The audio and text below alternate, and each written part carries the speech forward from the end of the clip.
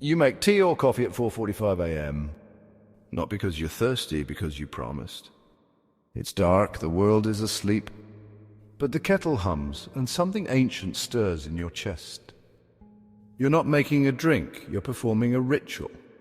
A quiet act of rebellion against the gravity of mediocrity. This is how the vow begins. Not with a thunderclap, not with a grand speech, with water, with steam. With silence and a whisper so quiet you almost miss it. This can't be it. There is a kind of death that no one buries. It moves slow, it wears a name tag. It answers emails, it smiles politely at meetings and tells you you should be grateful. It lets you scroll while your soul dissolves. It lets you settle just enough to forget you were once on fire. It doesn't take your breath, it takes your fight. And the tragedy is, you get rewarded for it. People will clap for your numbness, they'll praise your balance. They'll call you mature for abandoning the wild pursuit of something great. For shelving your sacred frustration in favor of fitting in. But there's no award for slowly dying with your gift unopened. You know this, you've always known. Because there are moments, brief, unsponsored, unforgettable, when you catch a glimpse of who you could be. And it burns, not because it's impossible, but because you've been so close for so long and haven't moved. You weren't born to be fine, you were born to forge. And that's where this begins, not with ambition, but with grief. With the mourning of what you abandoned. The unfinished pages, the rehearsals you cancelled. The promise you made to your younger self and quietly buried beneath convenience. This is not a motivational speech, this is a funeral for the version of you that's settled. And if that makes you uncomfortable, good. That means the fire is still there. Excellence is not a destination, it's a defiance. A refusal to dilute, to delay, to downplay. It is the choice to stay sharp in a world that keeps handing you pillows. To speak with your chest in a room full of whispers. To pour the tea at 4:45 a.m. because you said you would. This is your ode to excellence, but odes aren't sung with praise. They're sung with fire. So let the world keep sleeping. You've got a vow to keep.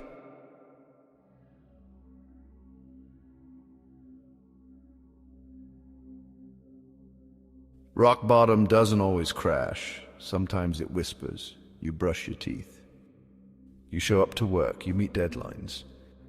But inside something ancient is stirring. A revolt, not violent, not loud, but unmistakable. You're not burned out. You're being called back. Back to the promise you made before life trained you to be quiet. The soul doesn't scream when it dies. It sighs. It compromises. And then one morning it suddenly says no. No more pretending that fine is fulfilling. No more applause for doing what drains you. No more mistaking performance for purpose. There's a story from ancient India you've probably never heard. Ekalavya, a young boy who was denied a teacher because of his caste. So he carved a statue of that teacher, placed it in the woods and trained alone. Day after day, year after year, in total silence, he taught himself mastery. And when the world finally noticed, they didn't cheer, they demanded his thumb. The very thumb he used to draw the bow. The core of his gift. And without hesitation, he cut it off, not for glory, not for approval. For one reason, because the vow was real. Because reverence meant more than recognition. That's what this is. Not rage, not revenge, reverence for your own untapped power. For the sweat-stained, half-forgotten version of yourself who tried, who dared, who almost became. For the sacred fire you dimmed to fit in. You don't need more time. You don't need a better routine. You don't need a new podcast or planner. You need a vow, a real one. And yes, it will cost you comfort, predictability, popularity, but it will give you something else. As Simone Weil wrote, even if our efforts seem for years to be producing no result, one day a light in exact proportion to them will flood the soul. And maybe that light doesn't come tomorrow. But today you light the match, you clean your desk, you sharpen the blade. You say no to the thing that almost fooled you again. You speak the words that once felt too big for your mouth. I will not settle, not now, not ever. And when the voice of the world goes quiet, and the forest leans in close, and there's no one left to impress, say it again. This time not just with your voice, but with your hands. Your habits, your hunger, the vow is returned at, and this time it's not leaving.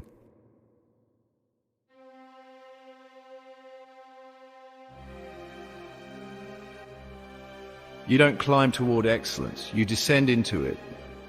Like a blacksmith stepping into the forge, not to be seen, but to be seared, by repetition, by rejection, by the red glow of devotion that no one else will ever witness.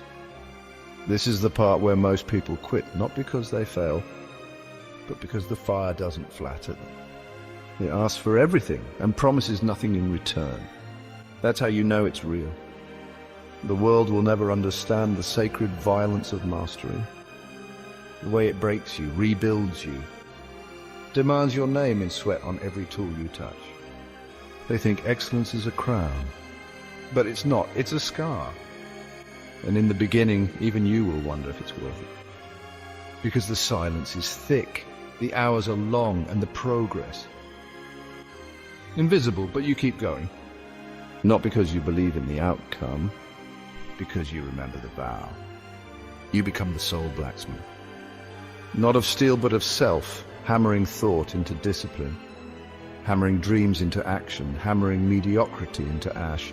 It will be lonely, because forging anything real always is. Look at Odin. In Norse myth, he pierced his own side and hung himself from the world tree for 9 nights, not to die, but to learn, alone, starving, spinning above the abyss. He wanted truth so badly he bled for it. He emerged with the runes, symbols of wisdom carved not in stone but in pain. That's what this is, an offering. You burn the comfort to retrieve the code, not because it's glamorous, because it's true. And maybe no one claps. No one thanks you for sharpening your craft while they sleep, for rewriting that line again, for re-recording that sentence because the tone was 2% off. But you don't work for claps, you work for clarity. For the deep hum inside your bones when you know you didn't lie to your gift today. And yes, it's brutal. Excellence is a quiet war, fought between who you are and who you refuse to remain. That's why it must be sacred, because if you don't see it as sacred, you'll mistake it for suffering. And suffering without meaning becomes resentment. But suffering in service of the vow, that becomes fuel. There's a moment somewhere around hour 73 when something shifts. The work stops being about reward, it becomes a prayer. A way of saying, this breath will not be wasted. This hour will not be average. This cut will be clean. This craft will carry my name long after I'm gone. So take the hammer, stand in the fire, not to be seen, to be forged. And when the world asks you, why are you working so hard? You answer without a single word. The steel speaks for you. The fire speaks for you. The vow speaks for you. You just keep striking.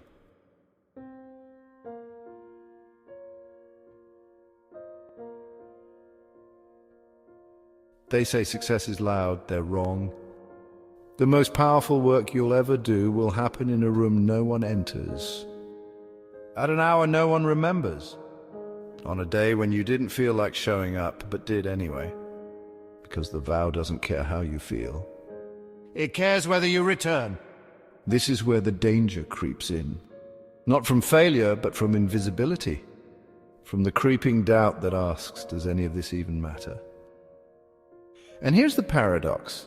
The better you get, the more invisible your effort becomes. You move with precision. You execute with grace.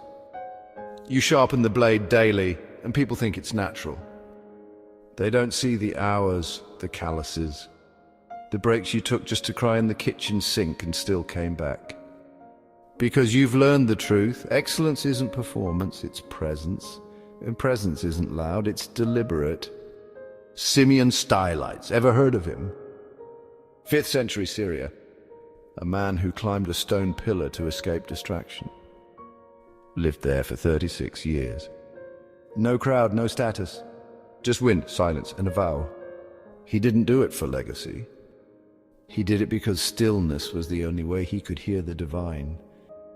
That's the level of commitment you carry now. You don't need applause, you need alignment.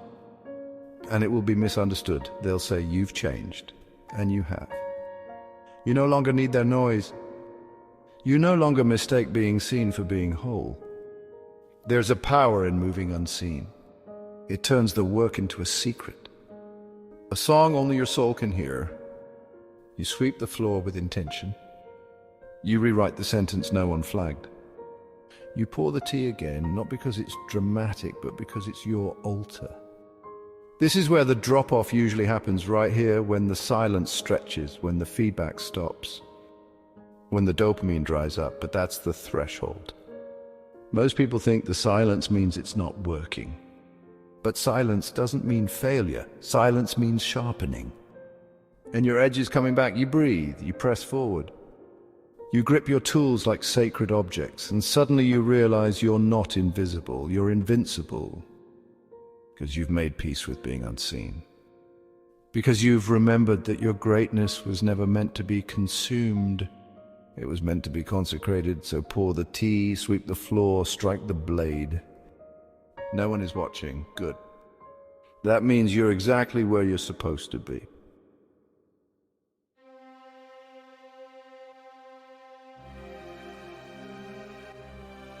Some things do not come with discounts. Excellence is one of them. You will pay in hours, in energy, in comfort, in the people who once loved your convenience more than your courage. You will lose things, not by accident, but by design. Because excellence isn't an achievement, it's a trade.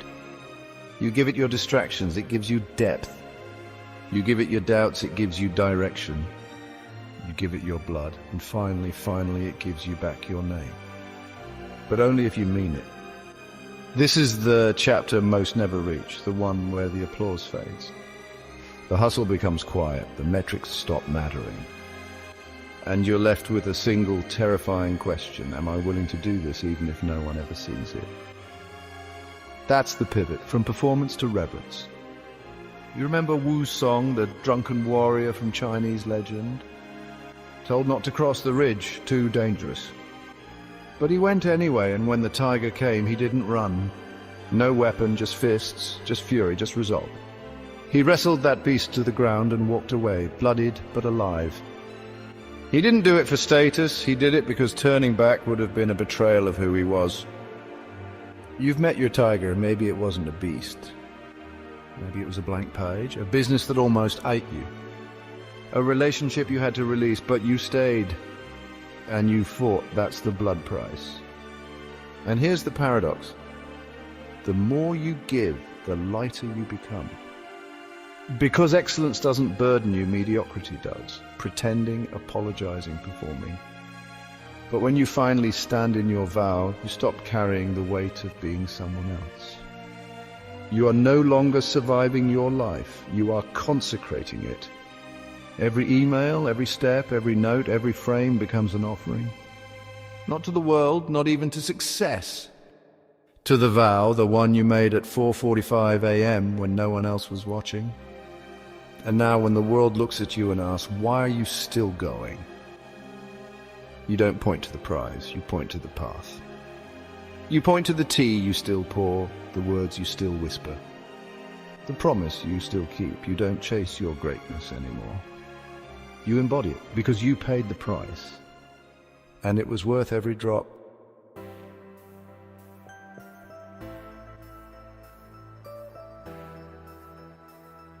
There is a sound that no one hears the first time. It doesn't shout, it doesn't sparkle. It doesn't ask to go viral, it lives in the pause between distractions. In the breath before the excuse. In the look you give yourself when no one else is in the room. It's the vow. And once you hear it clearly, you can never unhear it again. It begins as a whisper, but the more you honor it, the louder it becomes. Until it's not just your vow, it becomes your voice. The tea you make, the blade you sharpen, the silence you keep. That is the song now. That is your ode to excellence. Not a poem written in praise of the perfect. A hymn carved from the heart of the relentless. And now, at the end of all this, let's be honest. The world may never understand what you're building. They may never see the quiet battles, the sacred repetitions, the nights you chose the long road when shortcuts begged you to settle. But you know the truth you never sold, the vow you never broke, the self you never abandoned. And here's the final paradox. Excellence was never about rising above others. It was about rising above the version of yourself that begged for easy. You killed that voice. And you buried it with honor. And now in its place, something ancient stands, not a brand, not a performance, but a presence. One that does not need to shout to be heard. One that does not need to win to be worthy. One that does not need to be seen to be sacred. So let this be your last excuse. Let this be your last almost. Let this be your final forgetting. Because the vow isn't coming back again. It's here now, waiting, so say it. Say it like you've earned the right to say it. Say it like the world is listening, because this time it is. I will not settle. Not now, not ever. And tomorrow, before the world wakes up, pour the tea and begin again.